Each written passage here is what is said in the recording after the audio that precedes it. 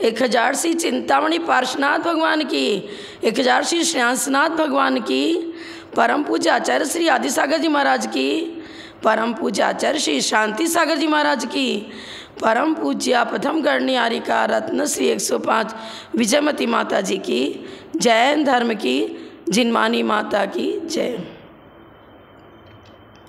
ये न स्वयं बोधमयेन लोका आश्वासिता केचन चित्तकारे प्रबोधिता केचन मोक्ष मार्गे तमादिनाथं प्रणमामि नित्यं, तमादिनाथं प्रणमामि नित्यं।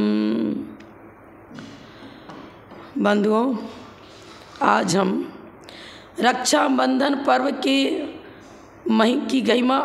रक्षाबंधन पर्व की गरिमा और महिमा को समझने का प्रयास करेंगे। यह पर्व पूरे देश में, चाहे हिंदू समाज हो, जैन समाज हो, सर्वत्र ही आज इस पर्व के महोत्सव में विविध प्रकार के कार्यक्रम होते हैं और बड़ी प्रभावना के साथ इस रक्षाबंधन पर्व महोत्सव को हम लोग मनाते हैं। सबसे पहले हम ये विचार करेंगे कि पर्व कहते किसे हैं।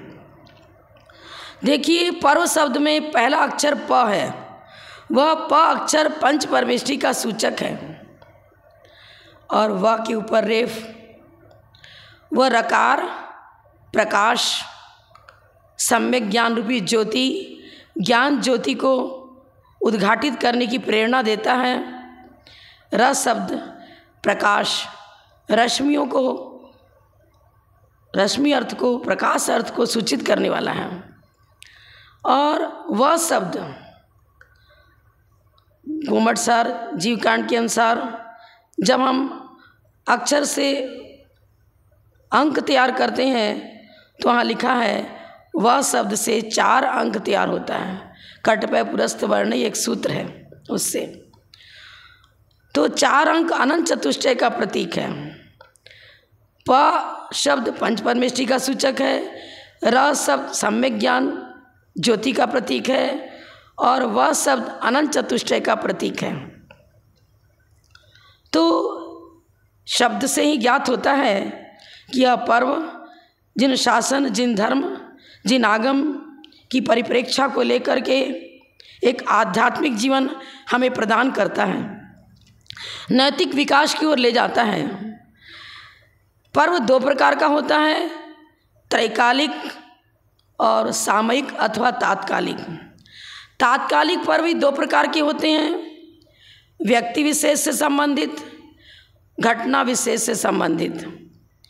दीपावली, दशहरा ये पर्व व्यक्ति विशेष से संबंधित हैं। दीपावली को भगवान महावीर का मोक्ष हुआ और गौतम गणधर को केवल ज्ञान प्राप्त हुआ, तो व्यक्ति विशेष से संबंधित ये दीपावली और दशहरा आदि पर्व माने जाते हैं। और घटना विशेष से संबंधित पर्व रक्षाबंधन, अक्षय तृतीया आदि प्रसिद्ध हैं।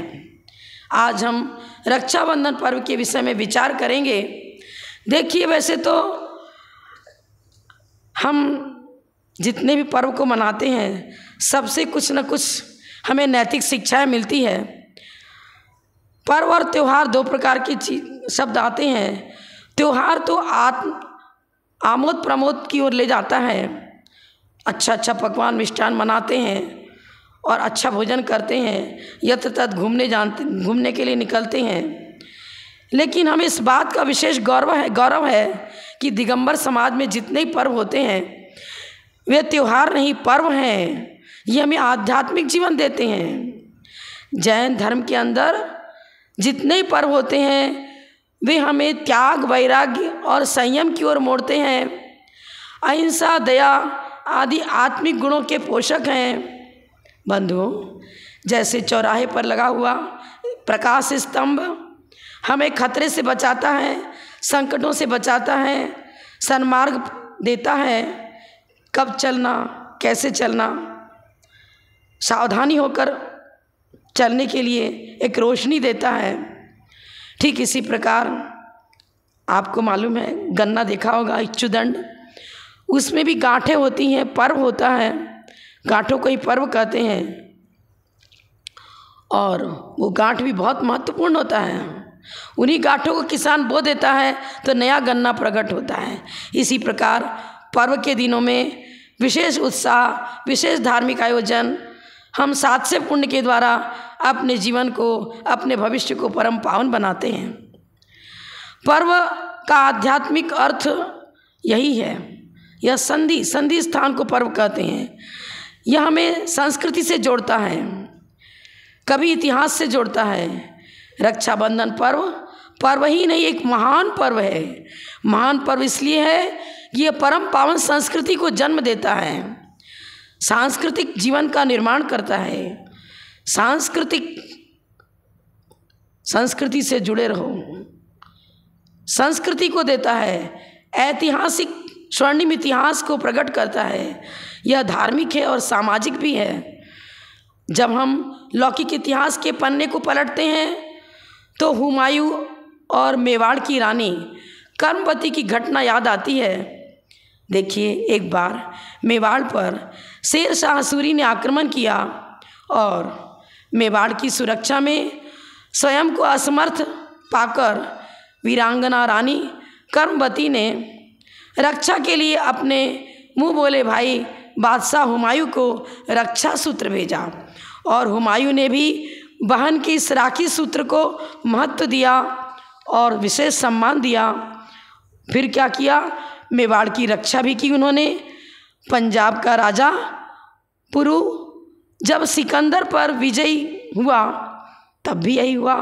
सिकंदर की प्रेमिका हेलन ने राजा पुरु को राखी भेजी और उसे अपना भाई बनाया। और फिर क्या किया, हेलन का प्रेमी जो सिकंदर था, पुरु राजा ने सिकंदर के प्राणों की रक्षा करी, उसे बंदी बनाया था, छोड़ दिया। देखिए राखी का क्या महत्व है, प्राणों की रक्षा। आपको जैन परंपरा के अनुसार तो कथा है ही रक्षाबंधन की, लेकिन ये रक्षा सूत्र एक बहुत महत्वपूर्ण है। प्राणी मात्र का रक्षण करो, जीव दया का पालन करो, सबके प्रति हित की भावना रखो। जैन परंपरा के अनुसार 19वें तीर्थंकर भगवान महावीर के शासन में महापद्म नाम के 9वें चक्रवर्ती हुए। उनके 2 पुत्र थे।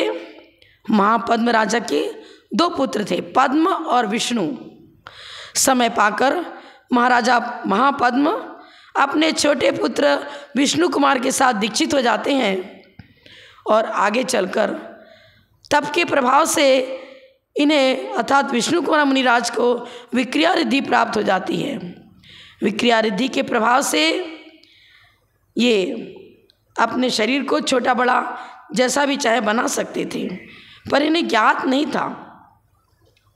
देखिए, आपने ऐसे तो कथानक सुना ही है, मैं आपको और बताना चाहूँगी। विष्णु कुमार मुनिराज के गुरु कौन थे? अवधि ज्ञानी सारचंद्राचार्य। सारचंद्राचार्य मिथिला नगरी में विराजमान थे। अर्धरात्रि को श्रवण नक्षत्र को पीपल के पत्ते की तरह डोलता देखकर चौंक पड़े। उनका हृदय दयाद चित्त हो गया। दया के वशीभूत होकर उन्हें बहुत इतना दुख हुआ कि उनके मुख से हा कष्ट शब्द निकला।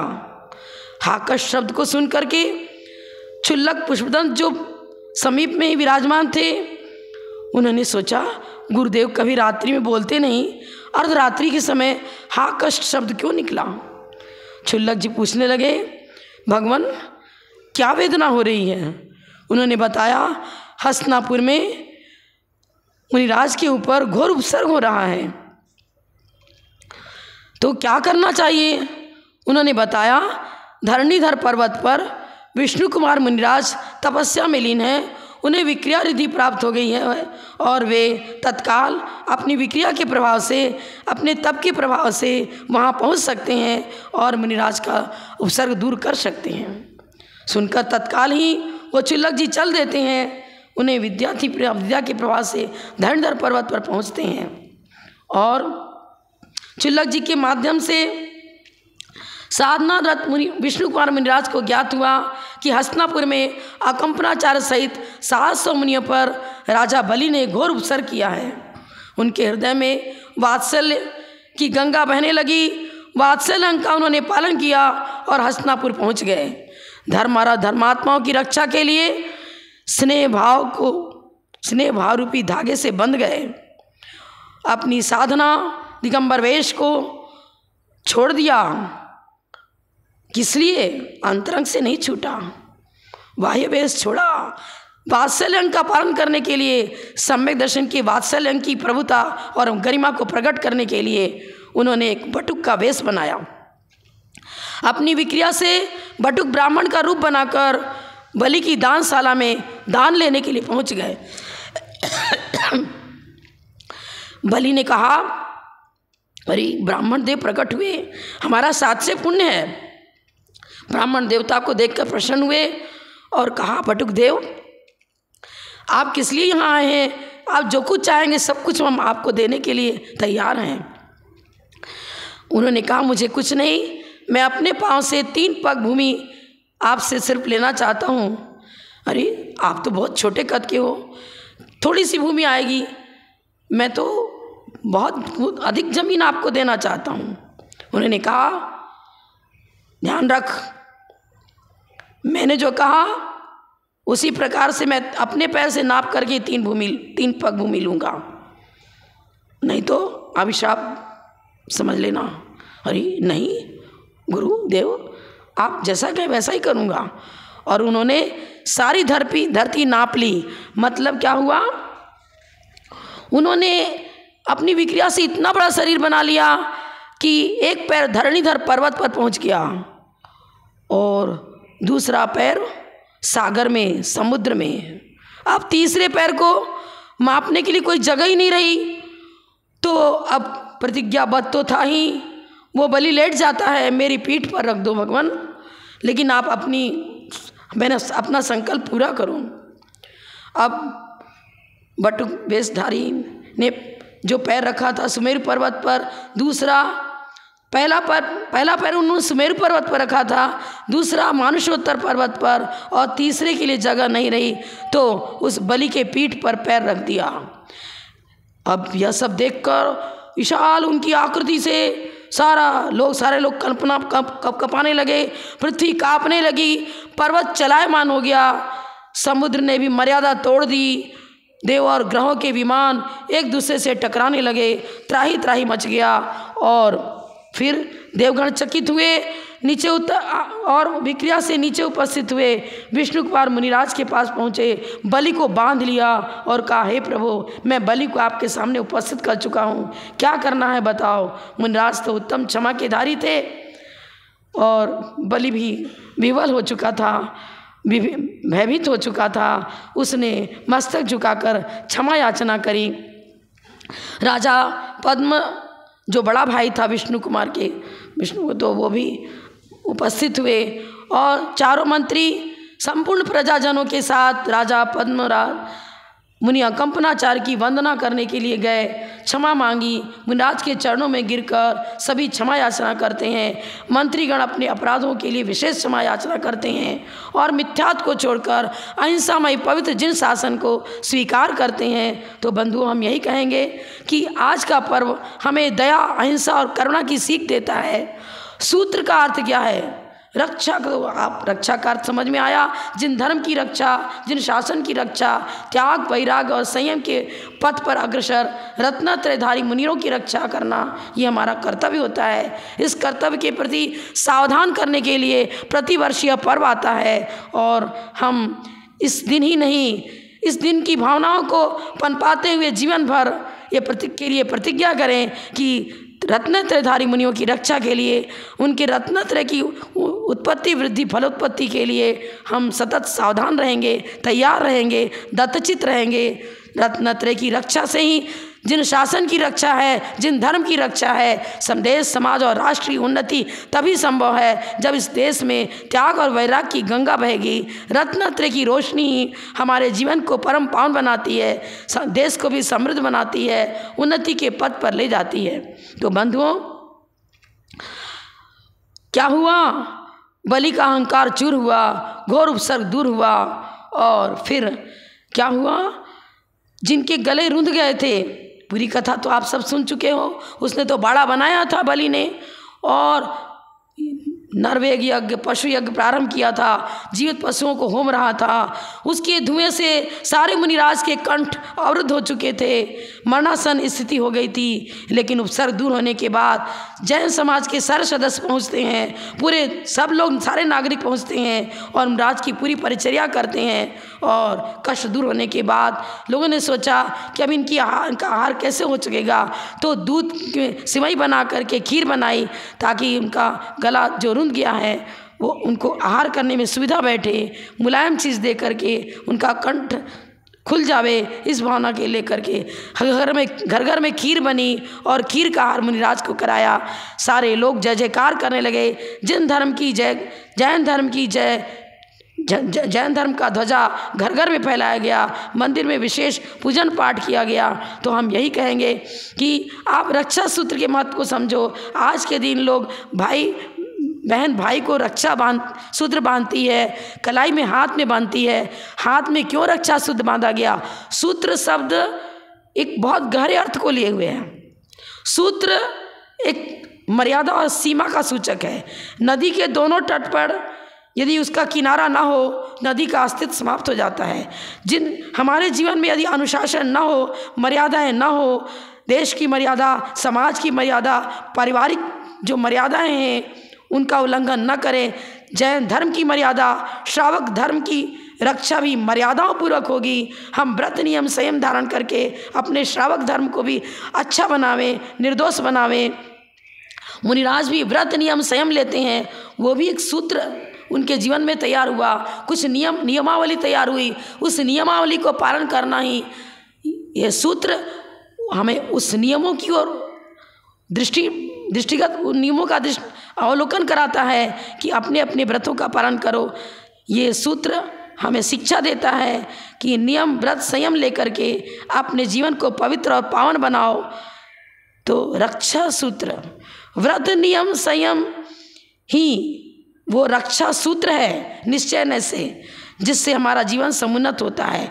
और व्यवहार की भूमिका में वो रक्षा सूत्र ये बताता है कि सभी पिता के प्रति पिता के पितृवत भावना रखो, भ्रातृवत भावना रखो, विषय वासनाओं को संयमित करो, पति पत्नी को छोड़कर, पत्नी पति को छोड़कर अन्य के प्रति विकार भाव न रखे, सात्विक भावनाओं को अपने जीवन में जागृत करो। आज चाहे जिस किसी के लड़की को उठा कर ले जाते हैं और उस लव मैरिज कर लेते हैं, मर्यादाओं का उल्लंघन करते हैं। जैन कुल के लोग भंगी चमारों से भी शादी कर लेते हैं, चाहे किसी के साथ विवाह कर लेते हैं। क्या ये विकृतियाँ देश समाज के लिए हितकारी हैं? क्या पारिवारिक जीवन को सुखी बना सकेंगी? नहीं। यह रक्षा सूत्र हमें यह संदेश देता है कि अपनी मर्यादाओं का पालन करो। जिसके साथ विवाह करना योग्य होता है, कुल की मर्यादाओं को निभाते हुए, जातित्व की रक्षा करते हुए हमें विवाह करना चाहिए। चाहे जिस किसी को खींच कर ले आए, मुसलमानों के साथ भी विवाह कर लेते हैं लड़कियां, लोभ में पड़ करके न जाने क्या क्या कर बैठते हैं। ये जिन संस्कृति, ये भारतीय संस्कृति हमें बताती है कि इस पर्व को आज ही मनाकर मत छोड़ देना, प्रतिदिन याद रखना। इस पर्व की स्मृति को यदि अपने अंतःकरण में बनाए रखोगे तो तुम्हारा जीवन पावन होता चला जाएगा। घर में भी जो झगड़े हो जाते हैं, पारस्परिक विरोध होता है, आज शादी हुई कल तलाक हो गया, क्यों? ये विषय वासना ही हमारे जीवन में विकृति डाल रही हैं। इन विकृतियों का उन्मूलन करने के लिए ही यह प्रतिवर्ष रक्षा पर्व आता है। रक्षा बंधन पर बंद कर रहो, मर्यादाओं का पालन करो, अपने जीवन में अनुशासन लाओ। अनुशासन, डिसिप्लिन यदि जीवन में नहीं है तो हमारा जीवन पतन की ओर जाएगा। सूत्र क्या पता, कलाई में सूत्र बांधते हैं, हाथों से सबकी रक्षा करो, वैयाव्रत करो। उन लोगों ने मुनिराज की खूब वैयाव्रत करी। वैयाव्रत का प्रतीक ही तो यह रक्षा बंधन पर्व है। माता पिता की वैयाव्रत करो, गुरुजनों की सेवा शुश्रूषा करो, उनके धर्म की रक्षा के लिए सदा सावधान तत्पर रहो। तो बंधुओं, यह पर्व, जितने पर्व विश्व में आते हैं उसमें रक्षाबंधन पर्व हमें ऐसा संदेश देता है, यदि अंश अंश में भी उसके संदेशों को अपने जीवन में स्वीकार किया तो यह देश इस देश में धर्म की गंगा पुनः बहेगी और धर्म की वो पावन गंगा पुरुषार्थ से पुण्य का अर्जन बनेगी। पुनः देश में इसी भारत भूमि पर तीर्थंकरों का जन्म होगा, महापुरुषों का जन्म होगा और धर्म नैतिक जीवन हमें ही समृद्धि की ओर ले आता है। यदि नैतिकता नहीं है तो विषय वासनाएं पाप का बंद कराती हैं। देश में नाना प्रकार के अतिवृष्टि, अनावृष्टि और भूकंप आदि आकते नाना प्रकार के उपद्रव होते हैं। ये सारे उपद्रव शांत करने का तरीका यही है कि हम प्रत्येक लोग अपने जीवन को धर्म बनाए, नैतिक बनाए। पुण्य यदि सातिशय है तो इस देश में सदा समृद्धि, रत्न की वर्षा, तीर्थंकर जन्म लेते हैं तो 6 महीना पहले से ही रत्नों की वर्षा शुरू हो जाती है। क्यों? पुण्यशाली जीव है।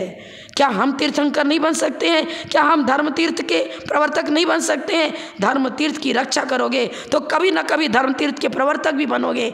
मल्लीनाथ के शासन में ये महापद्म राजा हुए थे। मल्लीनाथ भगवान बाल ब्रह्मचारी, और क्या उनकी साधना थी जो 6 दिन के अंदर ही, मुनि बनने के बाद 6 दिन के अंदर ही केवल ज्योति को प्रकट कर लिया। कर्मभूमि मनुष्य ही तो थे, हम भी कर्मभूमि मनुष्य हैं। ठीक है, पंचम काल में अभी तत्काल केवल ज्ञान को प्रकट नहीं कर सकते हैं, पर मर्यादाओं का पालन तो करो। योग्य किस विवाह कार्य जो है वो विशेष करके योग्य विधि से होना चाहिए। जाति की सज्जातित्व की रक्षा करते हुए विवाह होना चाहिए। अपने कुल की मर्यादाओं का पालन करते हुए माता पिता की आज्ञा के अनुसार हमें अपना जीवन बनाना चाहिए। जिन शासन के सूत्र में बंध कर रहना चाहिए, तभी यह रक्षाबंधन पर्व मनाना सार्थक होगा।